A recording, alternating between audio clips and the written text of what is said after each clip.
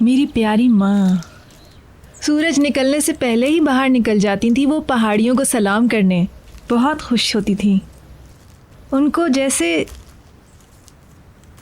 सूरज निकलता हुआ देखने की जल्दी होती थी। मैं भी उन्हीं की बेटी हूँ।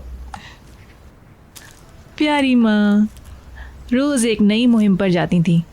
हर रोज़ मुझे एक नई जड़ी बूटी दिखाती थी वो। धनिया सब्ज, नागदाना, साग अंगूर, जय, नीम, तुलसी। सही तरह से बोलना भी नहीं आया था मुझे जब ये सारे नाम ज़बानी याद हो गए थे। जड़ी बूटियों के बारे में जो मुझे आता है उन्होंने ही सिखाया है।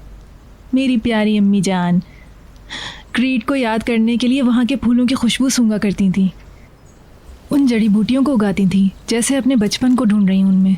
क्या आप यहाँ से क्रीट चली गई थी? नहीं, मैं तो यहीं पैदा हुई हूँ, मगर मेरी अम्मी अपने बचपन में वहाँ से आई थी, इसलिए हमेशा घर याद आता रहता था उन्हें। और बस इसी तरह आसमान तकते हुए उनकी ज़िंदगी ख़त्म हो गई। उसके बाद वो क्रीट कभी नहीं गई? कितनी दफ़ा कहा मैंने, वो तैयार ही नहीं होती थी, फिर मैं ख़ुद वहाँ गई, वहाँ से तस्वीरें खींच कर लाई मैं वहाँ की जगहों की, मगर नहीं, उन्हें तो अपने जहन में बसी हुई तस्वीरों से ही प्यार था। और आज मैं अपने आप को उसी तरह से एक पुरानी बोसीदा तस्वीर में देखती हूँ। इन 8 महीनों में कितना कुछ बदल गया। बहुत कुछ बदल गया। हमारी तो दुनिया ही उलट गई है। मैं तो हमेशा यही समझती थी कि दुनिया में मेरे जैसी खुशकिस्मत औरत कोई होगी ही नहीं,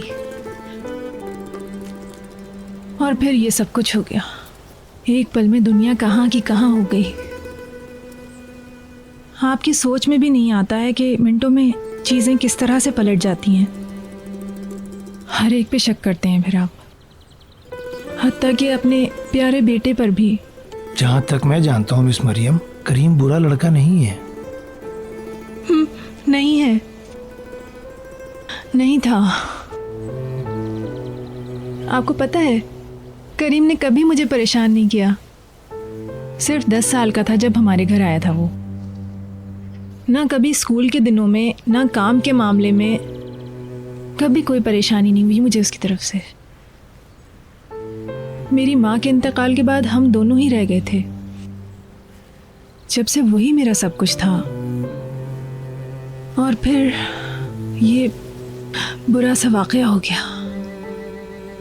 इस कहानी में आपकी मौजूदगी फातिमा गुल के लिए इंतहाई ज़रूरी है।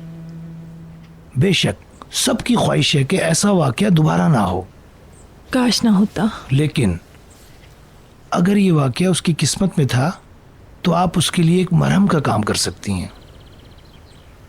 फातिमा गुल को अपना प्यार देकर। सच में बस आप दुआ करें उसे इंसाफ मिल जाए।